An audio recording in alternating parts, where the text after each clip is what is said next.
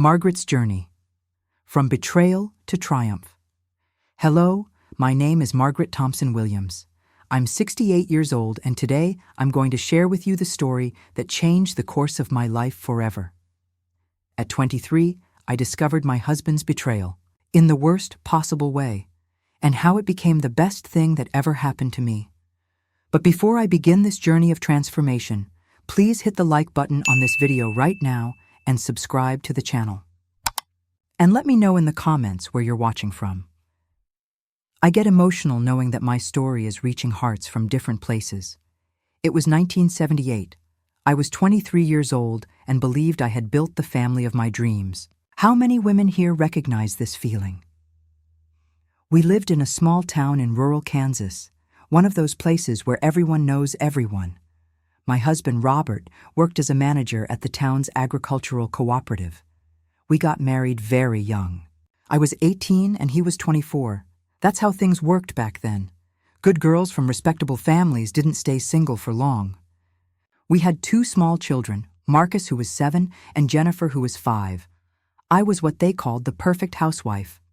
I would wake up early at 4:30 in the morning, make coffee, get the kids ready for school, take care of the house, do laundry, iron, cook. My life revolved around my family's well-being. Back then, that's what was expected of a good wife. But you can't imagine what was coming next. I remember it like it was yesterday. It was a Tuesday in August. There was a bitter cold in that winter of 1978. Robert left for work, like every day, with his black leather briefcase that I had given him as an anniversary gift. He kissed my forehead, as he always did, and said he might be late because he had a lot of work to catch up on. This wasn't the first time he gave that excuse. In recent weeks, it had become frequent. 4 times a week, he would arrive after 9 p.m., saying he was too tired to even eat dinner. If you've been through a similar situation, let me know in the comments how you reacted. That day, Marcus had been running a fever since the night before. It was past 10 a.m., and the fever wouldn't break. I decided to call the cooperative, thinking, maybe Robert could stop by the pharmacy on his way home. The cooperative's secretary, Mrs. Mercedes, answered even though the office was already closed. She usually stayed late, organizing the next day's schedule. "Margaret, dear, Robert left here at 5:30 p.m. like always. Hasn't he gotten home yet?" Those words hit me like a punch to the stomach. I didn't know yet that this would be the discovery that would change everything forever. My hands trembled as I held the white phone that sat on the kitchen table. I thanked Mrs. Mercedes, hung up the phone, and leaned against the wall, feeling the world spin. It wasn't the first time I had suspicions. The signs were all there. Shirts with different perfume, late arrivals, indifference toward the children. And there were also the neighbors' whispers, the pitying looks at Sunday Mass. I know many of you have felt this same pain. In a small town, you're always the last to discover what everyone else is already whispering behind your back. I put the children to bed and waited in the living room. When Robert arrived, it was almost 1 a.m. He entered casually with that scent of women's perfume that definitely wasn't mine. I confronted him with what I discovered. First he denied it, then got irritated, accusing me of being suspicious. But when I mentioned the call to the cooperative, he changed his strategy. "She's just a work colleague, Margaret. You wouldn't understand. You're just a housewife. You don't know the business world." That night I cried until I ran out of tears. Robert slept in the guest room, and the next day acted as if nothing had happened. But something inside me had shattered forever. A week later, I was watering the garden plants when Consuela, our neighbor, approached the fence. She had always been kind to me, unlike the other women on the street who just gossiped behind people's backs. "Margaret, forgive me for meddling." Where I shouldn't, but I can't stand to see what's happening anymore. Everyone in town already knows that Robert is with the new nurse at the health clinic. The girl is from out of town, came from Denver. They say he's even rented her a small apartment near downtown. It was like the world collapsed on me. One thing was to suspect, another was to have certainty. And it wasn't just a passing romance. He had created another home, another life parallel to ours. What happened after this revelation changed everything. That afternoon, I did something I had never done before. I took the little money I had secretly saved. I always hid some bills from the grocery money. I left the children with my mother-in-law and took the bus to downtown. It wasn't hard to find that apartment. I just had to ask John at the newsstand. And there he was, going up the building stairs with a young, elegant woman, wearing fashionable clothes that I only saw on TV shows. She must have been about 24 years old, curly hair to her shoulders, wearing short dresses, something Robert never allowed me to wear, saying it wasn't appropriate for a married woman. How many of you have felt like prisoners in your own marriage? Tell me below. I didn't approach, didn't make a scene like many would. I went home and spent the entire night reflecting on what to do with my destroyed life. Back then, a separated woman was considered a failure. Divorce didn't even legally exist in most states without major complications. How would I support my children? What would people say? How would I face the whispers at church, at the butcher, shop, at the pharmacy? But something inside me had transformed. Those words of his, "You're just a housewife," hammered in my mind. Is that what he thought of me? Is that how he saw me? As someone insignificant, without the capacity to understand the world. It was that dawn, crying alone on the porch after everyone was asleep, that I made the decision that would forever change the course of my story. At that moment, I made a decision that would horrify any woman of that era. I would prove to him, to the town, and especially to myself, that I was much more than just a housewife. The next day, while preparing lunch, I looked at Robert with a serenity I didn't even know I possessed and said, "I know everything about the new nurse. And you know what? You're right. I don't understand the world out there, but that's going to change, Robert. That's going to change." He turned pale, but said nothing. He probably thought they were just empty words from a wounded woman. Little did he know that day marked the beginning of my personal revolution. If this story is touching your heart, leave that like so I know you're with me on this journey. Maybe you're thinking I went running to confront that nurse or that I packed my bags and left my husband that same day. But that's not how it happened. In 1978, a woman my age, with 2 small children and no profession, had few alternatives, and I was always the type to organize before acting. The morning after that discovery, after Robert left for work and the children went to daycare, I looked at myself in the bedroom mirror. My eyes were red from crying so much. My hair, always, tied in a low proper ponytail, looked dull. I wore the same striped long-sleeve dress I had sewn 2 years before. Suddenly, I realized I no longer recognized myself in that image. "Margaret," I said to myself, "you're only 23 years old, and you already look like a 45-year-old woman." That's when I remembered Mrs. Benedetta, an elderly lady who gave private literacy classes for adults at her house. I had always admired her. She was divorced, lived with her daughter, and was respected by everyone. Something rare for an independent woman at that time. Once a month, she would go to the state capitol to take courses, bringing back educational magazines. Her eyes would shine when she talked about teaching. But you can't imagine what was coming when I knocked on her door. I put on my only formal dress, the one I kept for weddings. I fixed my hair and went to her house. My heart was beating so hard it seemed like it wanted to explode when I rang the doorbell. "Margaret, what a nice surprise," she said, inviting me in. "Did something happen to Marcus? He's doing well with reading." "No, Mrs. Benedetta. I came to talk about me. I want to study. I want to become a teacher." She looked at me with those experienced eyes, offered me tea, and listened to my story. I didn't tell her about the betrayal. I just said I needed to build an independent future. She didn't ask questions, just agreed. "You know, Margaret, it's never too late to study. You finished elementary school, didn't you?" "Yes, but it was so long ago, 6 years. I don't even know if I remember anything."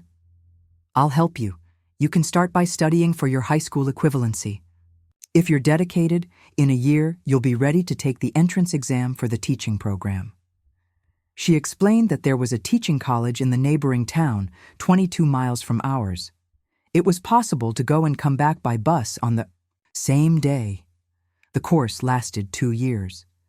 But, Mrs. Benedetta, how will I explain this to Robert? And the children? And the money for bus fare? One thing at a time, Margaret. First, let's see if you really want this. I'll lend you some materials. Study 1 hour a day when the children are sleeping. In a month, we'll talk again. I left her house with 4 heavy study guides and a strange feeling in my chest. It was fear mixed with something I hadn't felt in a long time. Hope. For a month, I studied in secret after everyone was asleep, relearning math, English, science. Everything seemed complicated at first. My eyes would tear up from sleepiness, but something inside me drove me to continue. I hid the study guides under the bed during the day. Robert didn't even notice my new routine.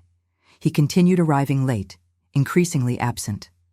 Sometimes he would spend the entire Saturday away, saying he was playing football with colleagues. I pretended to believe him. Each lie of his was fuel for my studies. How many of you have transformed pain into fuel for change? Leave it in the comments. One day, my daughter Jennifer found me studying. Mommy, why are you reading that big book? Is it a story for children? No, sweetheart. Mommy is studying to be a teacher like your daycare teacher. Her little eyes lit up. Really? You're going to teach other children? God willing, someday. Can I tell Daddy? My heart froze. Not yet, dear. It's a surprise. Can it be our little secret? She smiled and promised to keep the secret. That night, as I was putting her to bed, she whispered, Mommy, you're going to be the best teacher in the world.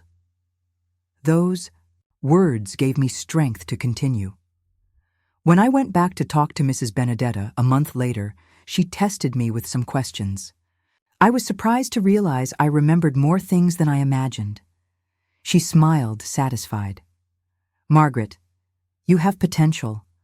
I'm going to help you study for the equivalency exam. The tests will be in 8 months. And how much will I need to pay for? The classes? Nothing, but with one condition. When you graduate as a teacher, you must do the same for another woman who needs help. That moved me deeply. I promised I would honor that commitment. In the following weeks, I created a routine. 4 times a week, I told Robert I was going to help at the parish with the charity knitting group. Actually, I was going to Mrs. Benedetta's house to study. He didn't even question it. He was so busy with his parallel life that he barely noticed my movements. The money for future bus fare and school materials I managed to save from the grocery money and by selling brownies and custard tarts that I made secretly for some trusted neighbors.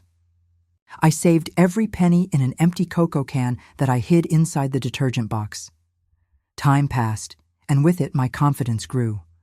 I realized I had a facility with science, something that surprised me.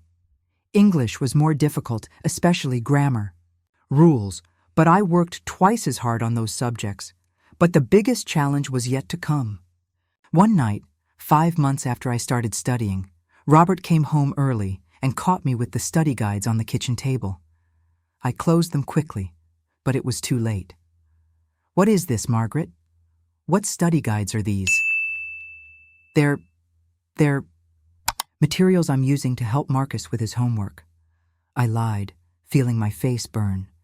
He picked up one of the study guides. Advanced Science for a 7-year-old boy? My heart raced. It was time to tell the truth, or at least part of it. I'm studying for my high school equivalency, Robert. I want to finish my studies. He laughed, a mocking laugh that cut me like a knife. What for? To be more intellectual when you serve dinner to guests? I took a deep breath. To have a diploma, to be able to work if I ever need to. His face changed. It was no longer mockery. It was anger. Work? A wife of mine doesn't need to work.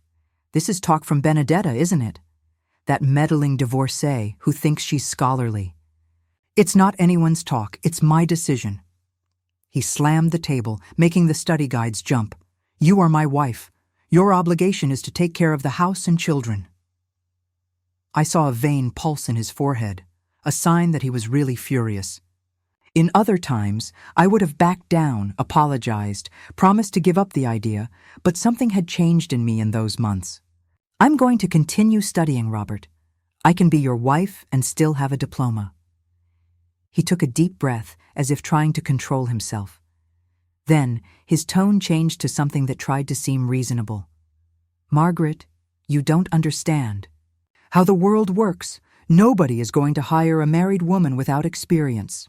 You're going to waste time and money for nothing. If it's for nothing, the time and money are mine to waste. I had never spoken to him like that. We were both surprised. He stared at me for a long moment, then took the study guides and threw them in the trash. This ends here. Tomorrow I'm going to talk to Benedetta to stop putting these ideas in your head. He left, slamming the door. After I was sure he had left, I rescued the study guides from the trash, cleaned them, and hid them better. That same night, Mrs. Benedetta received Robert's furious visit. The next day, she told me about it. He shouted, threatened, said he was going to report me to the pastor, to the sheriff, to I don't know who else. She laughed, as if I cared. I'm 62 years old, Margaret. I've seen men like your husband come and go. We'll continue your lessons. We just need to be more discreet. And so it was. I began studying at Mrs. Herminia's house, a friend of Mrs. Benedetta's, who lived on the other side of town. It was farther, more complicated to get there without being seen, but I was determined. If you're enjoying this transformation, subscribe to the channel because what comes next will surprise you. 3 months later, I took the equivalency exams in the neighboring town. I told Robert I was going to visit my sick cousin. He, as always, barely paid attention. Maybe he was even happy to have the house free to bring his mistress. The day I received the results was one of the happiest of my life. I had passed with high grades in all subjects. I didn't tell anyone except Mrs. Benedetta and Mrs. Herminia. I kept the certificate inside my prayer book, the only place I knew Robert would never look. I now had my high school diploma. It was just the beginning, but I already felt different. I looked at the future with different eyes. The next step would be the entrance exam for the teaching program, which would happen in 5 months. That night, looking at my sleeping children, I promised myself that no matter what happened, I wouldn't give up. I was no longer doing this just to prove something to Robert or to have financial independence. I was doing it for me, for Margaret, who had dreams at 18 and had buried them to be just Robert's wife. That Margaret was awakening again and nothing, no one would make her go back to sleep. Preparing for the teaching college entrance exam was like climbing a mountain carrying 2 children on my back. Each page studied, each exercise done was a small victory against scarce time and fatigue. I would wake up at 3:30 a.m. to study before the house awakened. I took advantage of the time when the children were at daycare to solve exercises. Sometimes, I would fall asleep over the study guides and wake up startled with paper marks on my face. At home, the atmosphere became increasingly tense. Robert no longer hid his outings. He would arrive late smelling of women's perfume, sometimes not, even coming home to sleep.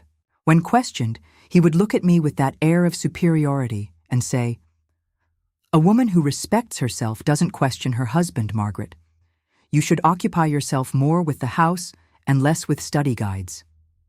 Each word of his was like gasoline on the fire of my determination. But you can't imagine what was about to happen in my life. The entrance exam would be in November 1978. Only weeks remained. I studied like never before, memorizing formulas while washing clothes, reciting grammar rules while cooking. On the eve of the exam, news shook our small town. The nurse with whom Robert was having an affair was pregnant. I found out from Consuela, who came running to tell me. "It's so you know before you hear it elsewhere, Margaret. Everyone's already talking about it." At that moment, I felt an emptiness in my stomach, not because of their relationship to which I was already numb, but because of what that would mean for my children. They would have a half-brother or half-sister, the fruit of a betrayal. I confronted Robert that same night. He didn't deny it. For the first time, I saw a trace of shame in his eyes. "What do you expect me to do, Margaret? Abandon a child that's about to be born?" "No," I replied with a calm I didn't even expect from myself. "I expect you to assume your responsibilities, but don't think that changes my plans. Tomorrow I'm taking the entrance exam for the teaching college." He looked at me astonished. "Still with this idea in your head? Margaret, for God's sake. Now less than ever. What will people think?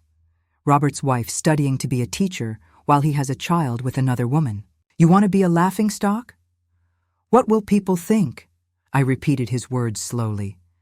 "Is that all that worries you? The appearance? What they'll say? Not the fact that you destroyed our family?" He shrugged. "That's life, Margaret. Men will be men. It happens." That phrase, "men will be men, it happens," echoed in my head all night. It was the universal justification for every type of betrayal, abandonment, and disrespect that women like me suffered in silence, as if it were part of nature, like rain or sun, something against which it was useless to fight. How many of you would have had the courage I had? Tell me below. The next day, I wore my dark green dress, the most formal I had. I combed my hair carefully, put on discreet lipstick. I told the neighbors I was going to the neighboring town to do Christmas shopping, but actually I was going to take the entrance exam. I left the children with my mother-in-law. The teaching college building was imposing, an old mansion with granite staircases. I entered with trembling legs, feeling small and out of place. The other candidates were, mostly, single young women, of 17 or 18 years old. There were only 3 other older women like me. I sat in the designated desk and waited. When the proctor distributed the exams, I looked at that paper and thought of all the nights of study, all the humiliations, all the tears. I couldn't waste that chance. The exam lasted 5 hours. I answered each question carefully, remembering Mrs. Benedetta's advice. Don't rush. Read twice before answering. When I turned in my exam, I felt a mixture of exhaustion and relief. I went home, knowing I had done the best I could. Now it was time to wait. The results would come out in January, shortly after New Year's. During that month of waiting, life at home became even more difficult. With his mistress's pregnancy, Robert was increasingly absent. When he came home, he was moody and distant. The children asked why Daddy didn't play with them anymore, why he didn't take them for walks on Saturdays like before. During Christmas week, we were preparing dinner when Robert arrived unexpectedly in the middle of the afternoon. He came with an expression I had never seen before, a mixture of shame and determination. "We need to talk, Margaret." I sent the children to the backyard and sat at the kitchen table. "Sandra is in her 8th month," he said, referring to the nurse. "It's not fair to make the child be born without a present father. I'm thinking about moving to her place." Even expecting something like this, the news hit like lightning. One thing was to endure betrayal, another was complete abandonment. "And your children here, don't they need a present father?" He lowered his eyes. "I'll visit them on weekends and send money, of course." "Money?" I repeated bitterly. "Is that how you plan to be a father, with money sent from afar?" "It's the best I can do, Margaret. Sandra needs me now." I felt anger boil inside me. "And me and your children? We haven't needed you for years, Robert. You were only here in body, never in soul. At least now you're being honest." He seemed relieved by my reaction. He probably expected tears, pleas, but that Margaret no longer existed. "I'm leaving after New Year's," he said, getting up. "You can keep the house. It's the least I can do." "I'm not asking for favors, Robert. I'm demanding what's rightfully mine and my children's." He nodded and left. I sat there at the kitchen table, looking at the nativity scene I had set up with the children. The image of the Holy Family now seemed like a cruel irony. That night, after everyone was asleep, I cried silently. Not for the loss of my husband. I had already mourned that loss long ago, but for the definitive end of that family I had dreamed of building. No matter how much I tried to be strong, fear of the future haunted me. How would I raise 2 children alone? How would I face the looks and malicious comments in a small town where separated women were considered outcasts? Christmas passed like a blur. I tried to keep up appearances for the children's sake, but they sensed something was wrong. On New Year's Eve, Robert didn't show up. He said he had gone to visit a sick cousin in another town. Another lie I swallowed in silence. In the first week of January 1979, I received 2 communications that would change my life. The first was a letter from the teaching college informing me that I had been approved for the entrance exam. The second was Robert's official announcement. He would leave home at the end of that week. When I received the acceptance letter, I ran to Mrs. Benedetta's house. I showed her the paper, my hands trembling with emotion. I knew it, Margaret. I knew you would make it.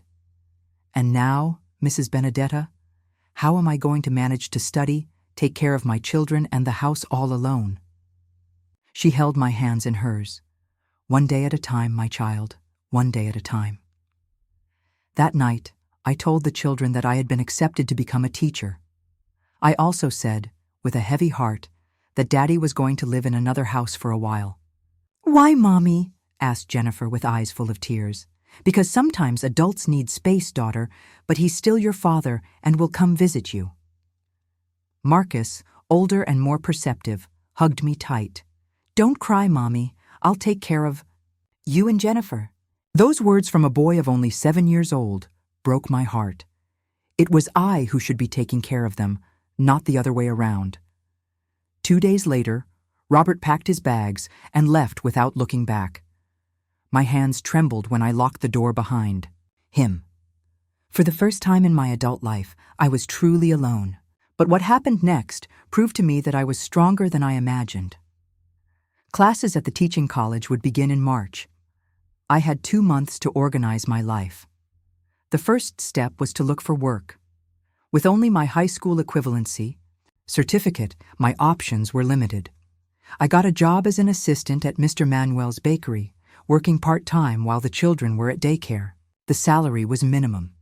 It barely completed what Robert sent for household expenses. But it was a beginning, my first step toward independence.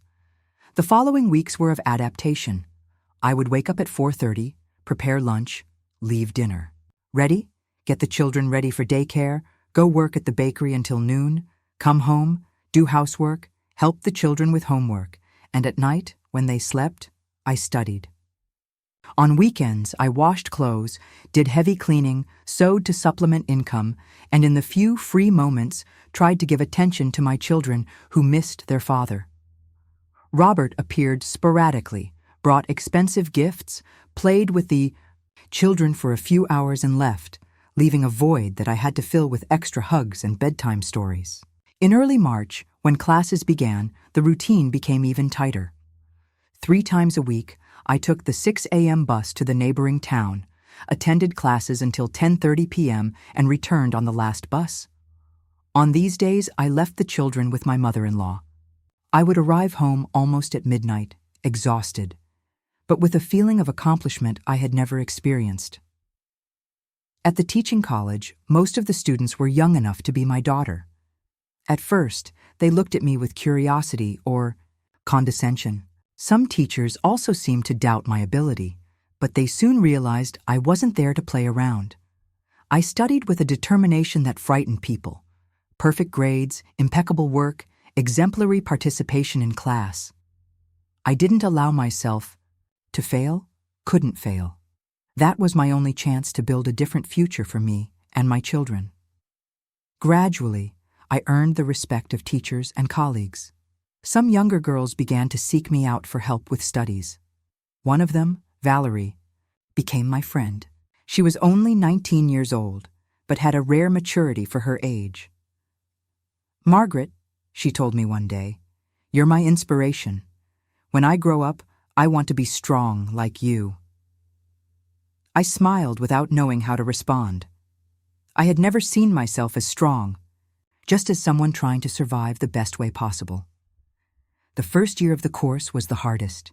There were days when I thought about giving up, days when the fatigue was so much that I would fall asleep over the study guides, days when tears came without permission when I heard my children asking when Daddy would come home. But for every moment of weakness, there were moments of discovery and joy, the emotion of understanding a new concept, the pride of receiving praise from a teacher, the satisfaction of seeing my knowledge grow each week. And so, between tears and smiles, between nights of study and days of work, I moved forward. It was no longer just for revenge or necessity. It was for me, for the woman I was discovering myself to be each day. A woman who gradually learned to chart her own path in the world. If you're being inspired by this journey, leave your like to motivate me to continue. The second year of the teaching program arrived faster than I expected. It was 1980, and gradually our routine was establishing itself. Marcus, now 9 years old, and Jennifer, 7, seemed to have adapted to the new reality. Their father appeared sporadically, brought expensive gifts, spent a few hours with them, and left. At first, it hurt to see them waiting anxiously at the window, every Friday, often in vain. But over time, even that expectation diminished. My job at Mr. Manuel's bakery had evolved. Now I took care of the establishment's bookkeeping, which allowed me to earn a little more. On Saturday mornings, I gave private lessons to children with learning difficulties, following Mrs. Benedetta's footsteps. Money was still tight, but we were surviving. At the teaching college, I was no longer seen as a curiosity. The younger colleagues sought me out for advice, both about studies and about life.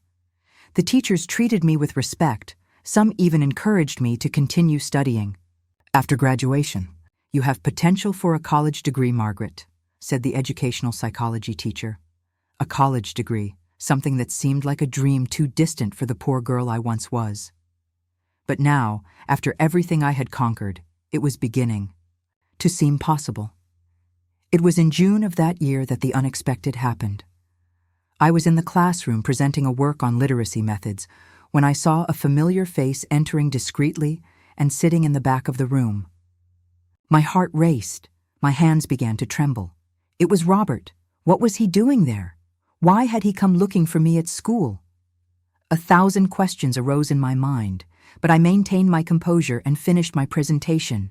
The teacher praised. My work, colleagues applauded, but I could barely hear. My eyes invariably turned to that figure in the back of the room. When class ended, he approached. He looked older. He had deep, dark circles, his hair beginning to thin.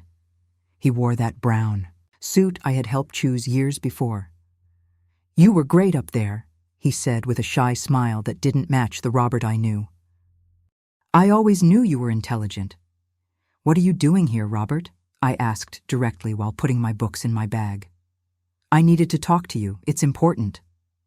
I agreed to talk with him in the school cafeteria. We sat at a table away from the curious looks of my colleagues. "How are the children?" he asked after an embarrassing silence. "Are they well?" "Marcus won the school essay contest. Jennifer is learning to play guitar, things you would know if you showed up more." He lowered his eyes. "I know, Margaret. I've been a terrible father." "What do you want, Robert? I don't think you came here to talk about the children." He took a deep breath. "Sandra left me." I needed a few seconds to process the information. "And the baby?" "She was born 3 months ago. A girl, Anna. She took the baby and went back to her parents' house in Denver.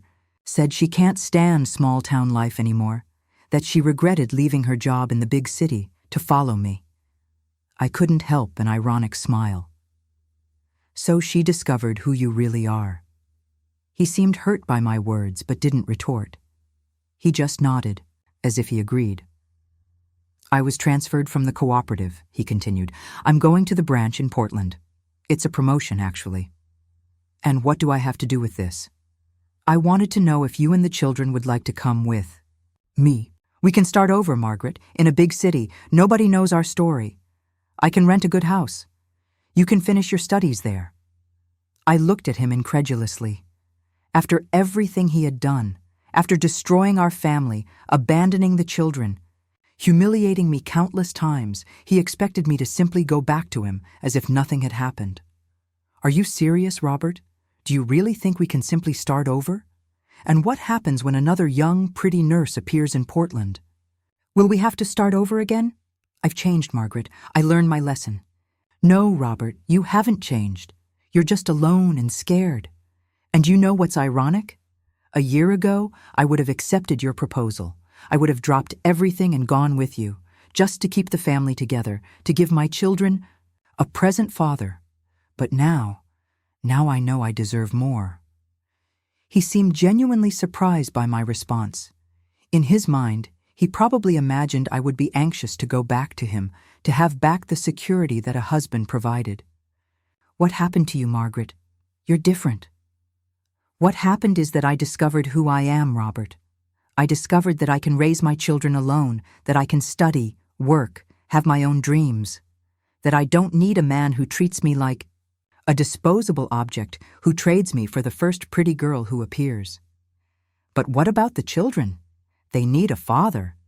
They need a father who respects them and respects their mother, who is an example of character, not someone who abandons the family when a new thrill appears. He was silent, playing with the sugar bowl, avoiding my gaze.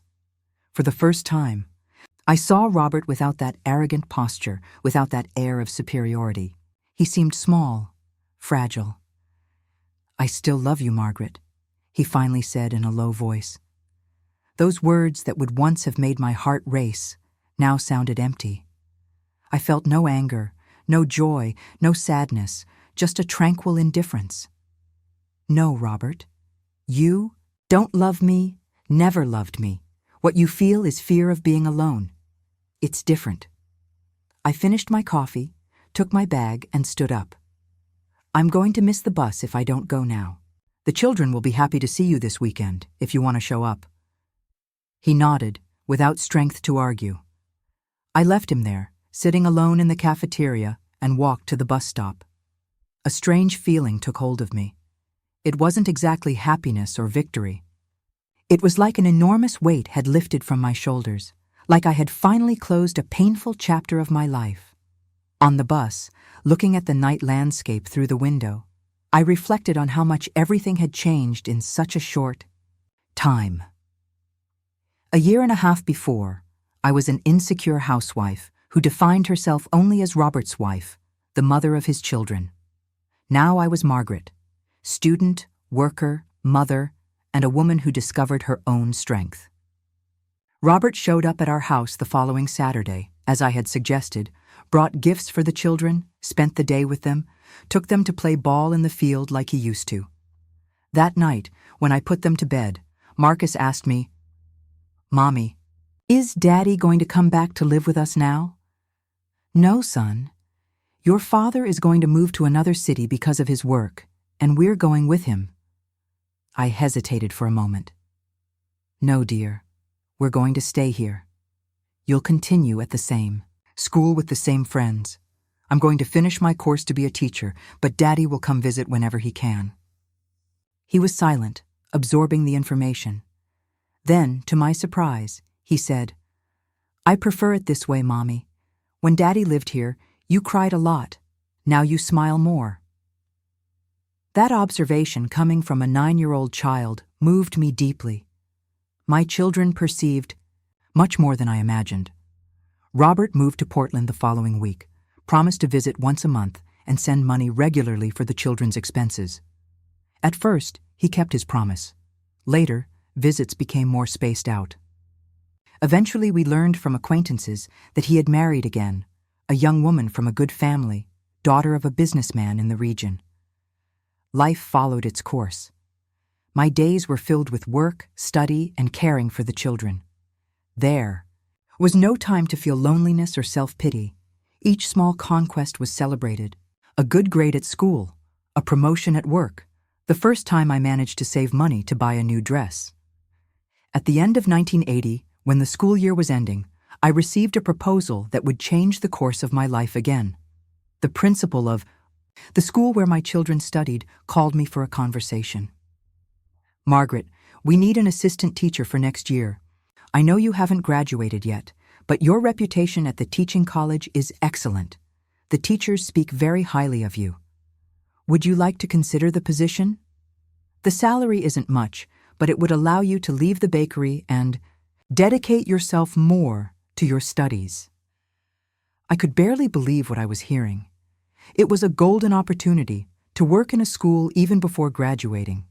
The salary, although modest, was higher than what I earned at the bakery and private. Lessons combined. And the best part, I would have the same schedule as my children. I could go and come back with them, closely follow their education. "But I still have a year and a half of coursework ahead," I argued. "Wouldn't it be the first time we hired someone who's still studying?" the principal responded with a smile. "You've already demonstrated having the necessary talent and dedication. The diploma will come in time. What I need is someone with your determination and intelligence." I accepted the proposal immediately. The feeling of finally entering the path I had chosen for myself was indescribable. When I told Mrs. Benedetta the news, she hugged me with tears in her eyes. "See, Margaret, I told you that you would make it. This is just the beginning." That night, sitting on the porch of my house, looking at the stars in the clear sky of the countryside, I allowed myself to dream about the future. A future that, for the first time, seemed bright and full of possibilities. A future that I myself was building with my own hands, with my own strength. The shy girl who once dreamed of a Prince Charming had transformed into a woman who discovered she could be the heroine of her own story. And that discovery, that power that no one could ever take from me, was worth more than any fairy tale. January 1981 arrived with the intense heat typical of the American summer. I started my job as an assistant teacher at Abraham Lincoln Elementary School, the same one where my children studied. My function was to support the head teacher of the 3rd grade, helping students with more difficulty, correcting assignments, and occasionally substituting when necessary. On the first day, I entered the classroom trembling. 25 pairs of curious eyes stared at me. Some belonged to children of people who had known me forever, as Robert's wife who was abandoned. Would they respect me? Would they see in me a teacher, or just a separated woman trying to get by? Teacher Dorothy, a lady in her 55s who had been teaching for more than 3 decades, introduced me to the class. "This is Teacher Margaret. She's going to help us this year, and I'm sure you'll love her as much as I do." That simple gesture of calling me teacher, even before I had my diploma, made my heart race with emotion. It was the first time someone introduced me for what I was becoming, not for what I had left behind. The first weeks were a whirlwind of learning. I carefully observed how Dorothy conducted the class, how she dealt with differences between students, how she transformed complex concepts into understandable games. At night at home, besides studying for my own course, I prepared materials to help students with difficulty. Marcus and Jennifer seemed proud to see me at school. "My mom is a teacher," Jennifer would tell her little friends, puffing out her chest. That childish pride was worth more than any professional recognition. At the end of April, something happened that would test me like never before. Teacher Dorothy suddenly became ill, a severe flu that would keep her away for at least a month. The principal called me to her office with a worried expression. "Margaret, I know you haven't graduated yet, but I need you to take over the class completely while Dorothy recovers. I trust your potential. Do you accept the challenge?" My first impulse was to say no. I didn't feel prepared for such responsibility. What if I failed? What if parents complained? What if the children didn't respect me like they respected Dorothy? But then I remembered all the times I heard I wouldn't be capable. When I decided to study, when I faced Robert, when I entered the teaching college, if I had listened to fear, I wouldn't be there at that moment. I accept, Principal. I'll do the best I can. The first days were the hardest. Some children tested my authority. 2 boys, sons of local merchants, were particularly challenging. One of them, Peter Henry, even said out loud, "My dad said you're not a real teacher." I took a deep breath, swallowed the insult, and responded calmly. "Your father is right, Peter. Henry, I don't have a diploma yet. I'm studying for that, but do you know who also didn't have a diploma when he started teaching?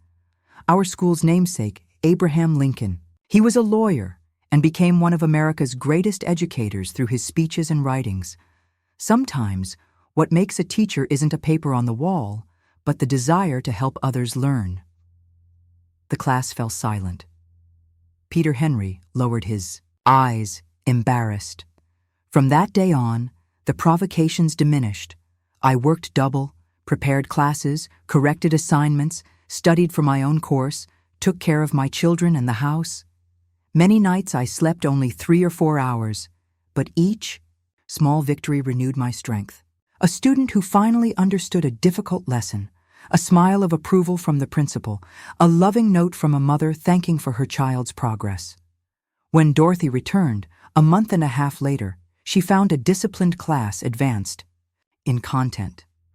To my surprise, she asked the principal to maintain the arrangement where we shared the class. "Margaret has a gift," she said. "It would be a waste to relegate her only to assistance tasks." In August of that year came the time for the mandatory internship of the teaching program.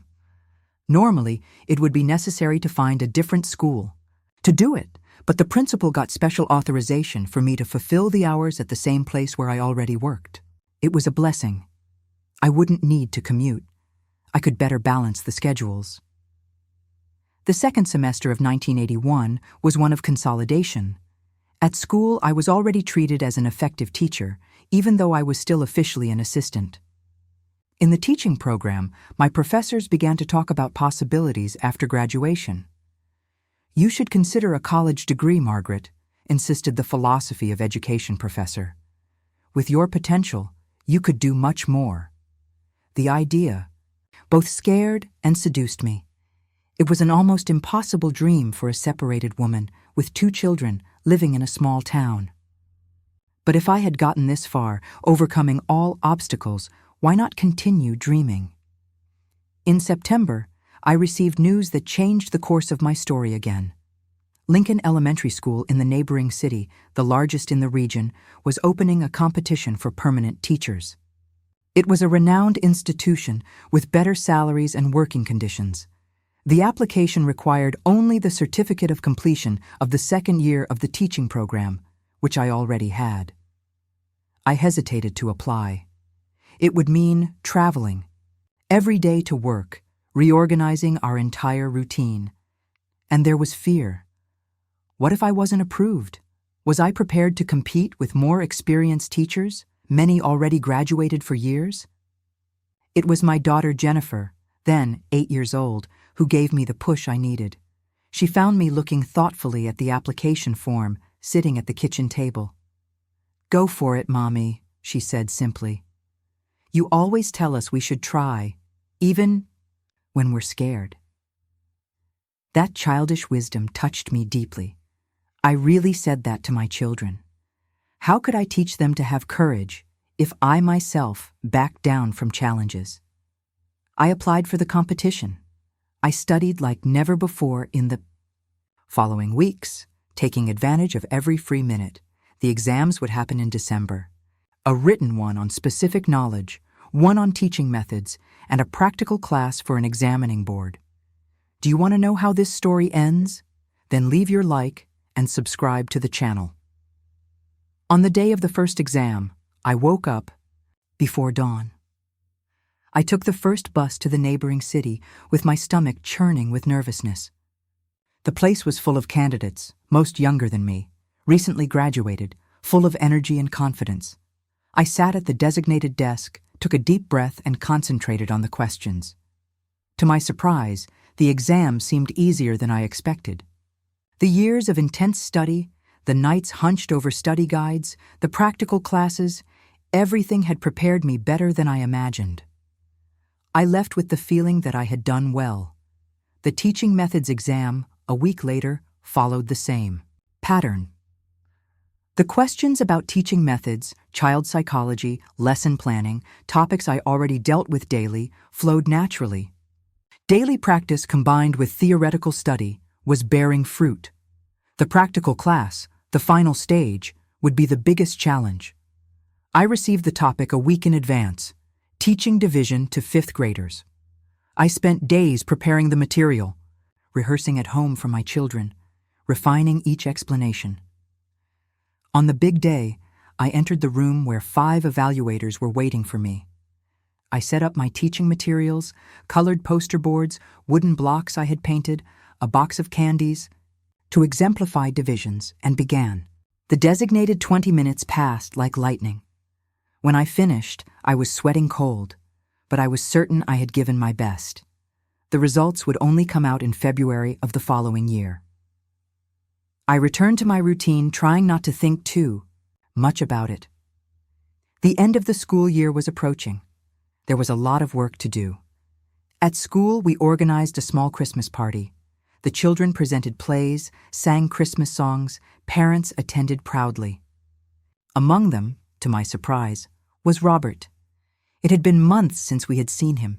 He was thinner, with his hair thinning even more, but well-dressed as always. After the presentation, he approached. "The children were great," he said with an embarrassed smile. "Marcus has a lot of talent for acting."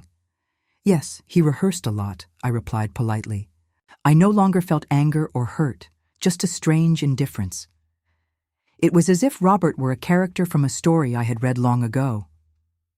"I heard you took the exam for Lincoln Elementary," he commented as we walked out of the auditorium. "Good luck. I hope you get it." "Thank you," I replied, genuinely surprised by the comment. He hesitated, as if he wanted to say something more, but just said goodbye and left. Later, Jennifer told me he had asked if she and her brother would like to spend January vacation with him in Portland. "I said I'll only go if Marcus goes too," she explained. Marcus, always protective, refused the invitation. "I don't want to. Leave Mommy alone," he said. My heart tightened with that statement. Sometimes I wondered if I wasn't overloading my children with responsibilities beyond their age. "You can go, my loves," I told them that night. "Mommy will be fine. You deserve to have fun on vacation." After much conversation, they agreed to spend 2 weeks in January with their father. I organized their suitcases, prepared lists of recommendations, suppressed the fear of seeing them leave. It was the first time we would be separated for so long. On the day Robert came to pick them up, I held back from crying. I hugged them as if it were forever. I breathed in deeply the scent of each one's hair. I stored their excited smiles about the trip in my memory. They would be away until February 15th, 5 days before the competition results were announced. Those 2 weeks without my children were strange. The house seemed too big, too quiet. I took advantage to do a thorough cleaning, reorganize closets, prepare material for the next school year. But the nights were lonely.